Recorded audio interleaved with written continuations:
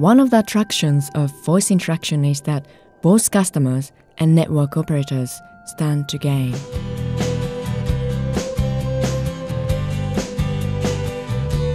So interactive voice application are certainly one way to maximize the return on investment of existing network. If you take the fixed telephony network, they have certainly overcapacity today, but we can use that capacity and pricing adequately for new application. For instance, for teenagers, we've been looking at doing innovative chat rooms when they are at home. For corporate users, they would like to do more conferencing, and if we do that, we maximize this overcapacity.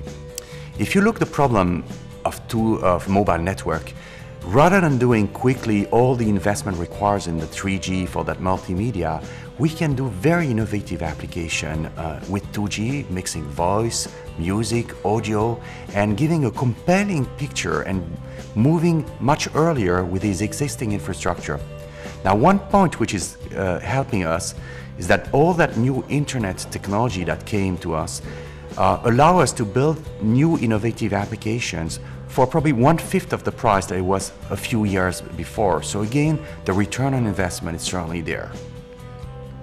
Now, you will probably want to look at it from an end user perspective as, can we serve these users, our families, the people in the street, or our corporation, our corporate users? And if you look at what they want, it's just a matter of convenience, okay? If I want to order train tickets, if I want to order a concert ticket and invite my friends to go there, if you just want to say, send a fun greeting cards, I'm going to use voice. It's natural, it's immediate, okay? The same reason why in a corporate world, you'll be talking of a call for action. You'll be sending a memo for a management meeting, okay? And that's very convenient.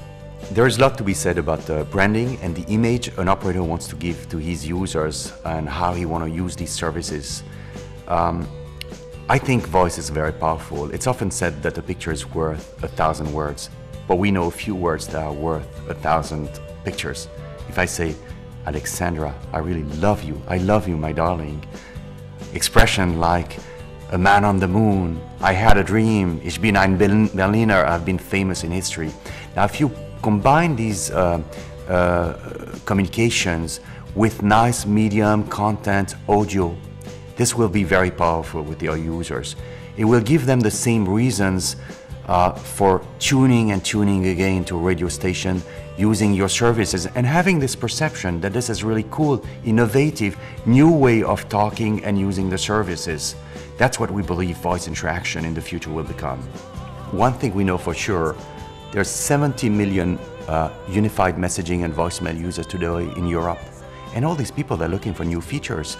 They're looking for moving from sending a voicemail to forward it to a distribution list, to maybe invite all these participants, if they are available, to conference call as soon as possible.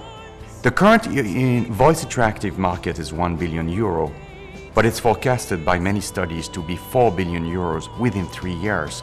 That's a lot of growth, a lot of potential we want to tap.